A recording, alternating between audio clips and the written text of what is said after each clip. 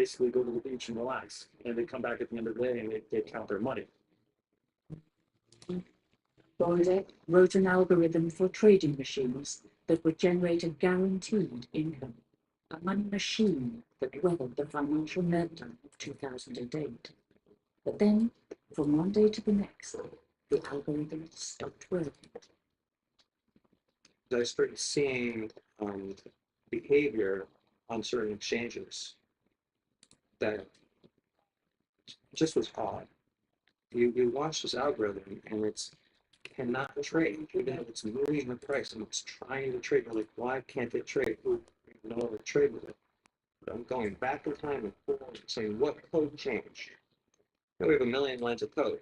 The pattern I'm seeing is completely inconsistent with every single bug I'd ever seen in that area. There's kind of a rule: never blame other people, never blame the market, never blame the other trader. It's always you. Your code, your code is wrong. For 12 months. 12 months from that date until it was explained to me, and it was explained to me by a person. That's why I didn't discover, probably why I didn't discover this for so long, as I sat there trying to figure out what we did wrong.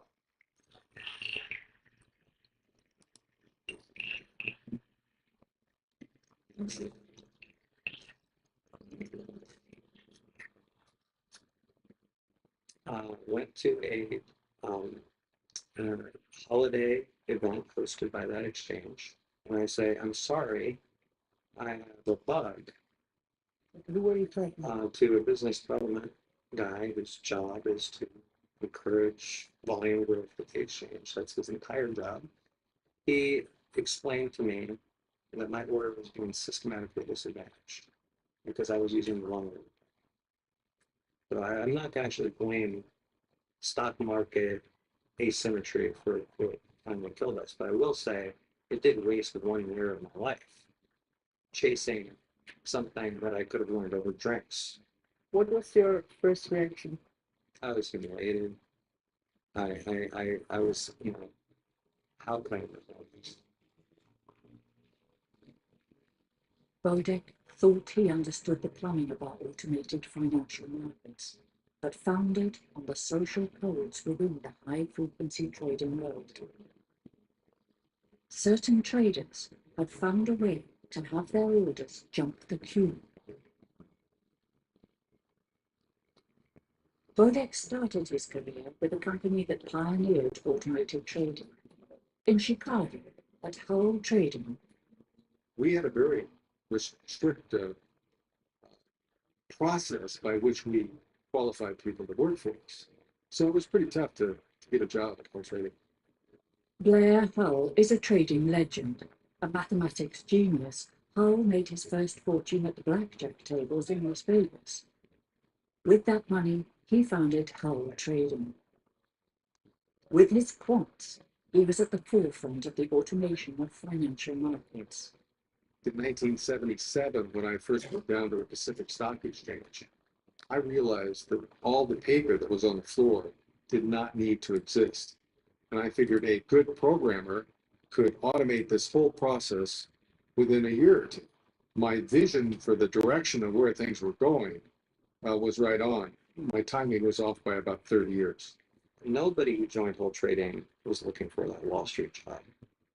They were joining because they wanted to be surrounded by really intelligent people and working on amazing problems. And that it was not seen as a Wall Street job. I mean, we never applied to an investment bank. We never even crossed my mind, right? But I'm more of like the Google world, not the Goldman Sachs world, even though they're okay there.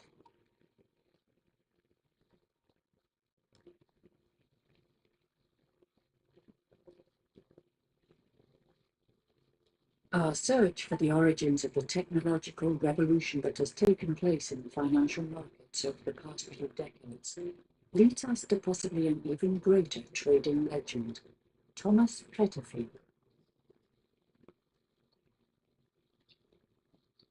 Anything, American flag and nature and 50 minutes from New York on a day. It's good. At age 21, Petefee fled communist Hungary. He was one of the first to see the enormous possibilities of automated trading.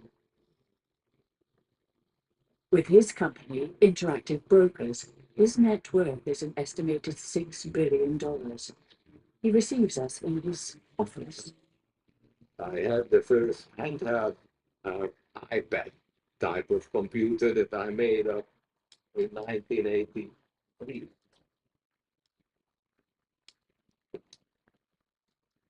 The, the people used on the floor. So this was connected to a battery.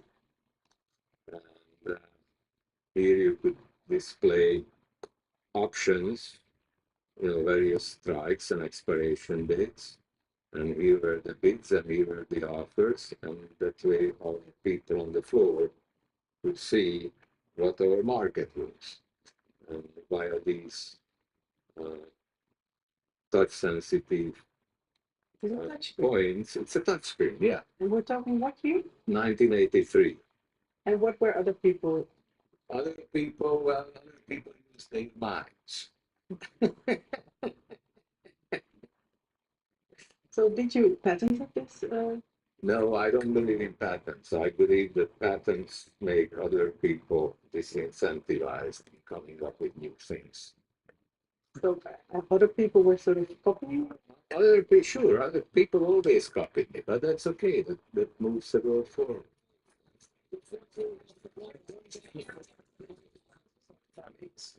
You could have a computer on the floor in the early 80s, but you could not have it directly connected to a price feed. I had my computer in the office and I would go up the elevator, get my computer room, come back down, execute trades and walk around the floor. And then I'd go back upstairs, do a computer run and come back down. So I couldn't actually have real price feeds coming in. In fact, the first time that we had option quotes on the floor, in order to input the S&P 500 price, we had what we called a human ticker. And that's the person that looked at the screen and put the price up or down to make sure it was the exact same price.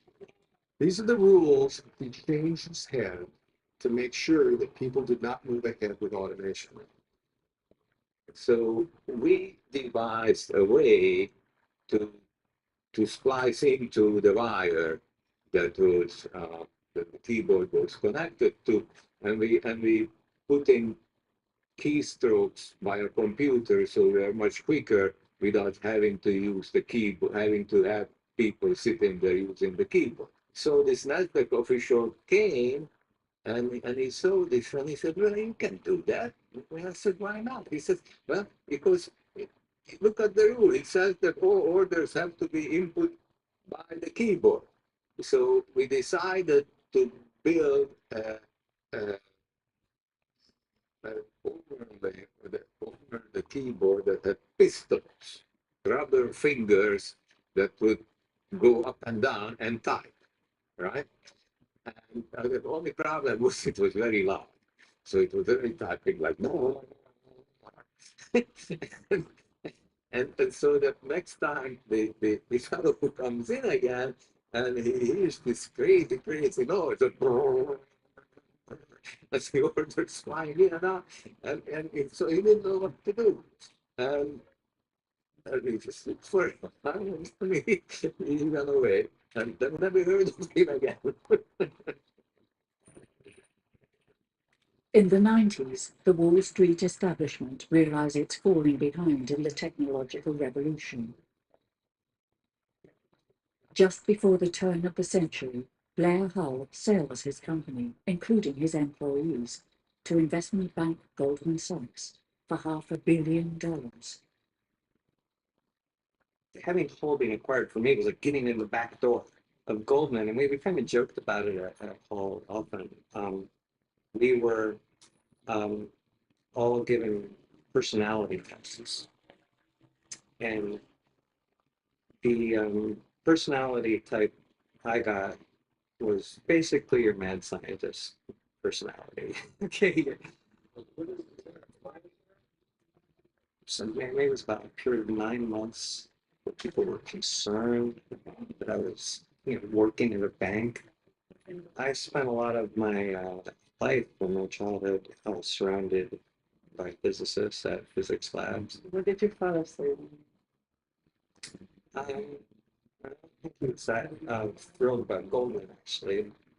People in that world had, you know, were exceptional. I met, I just remember these uh, parties, little get-togethers I go to, and I'm like 8 years old, and I'm this guy won the Nobel Prize, and this guy won the Nobel Prize. Come here, son, shake both hands.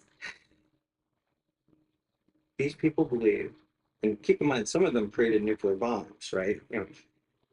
These people believed that science was going to make a better world, and that the way to make a better world was to understand and to create and to discover. And I'd say the people in that world would look at the world of high finance and say, if you're that smart, why would you do that? Making more money than the other guy. Is that really what genius is about?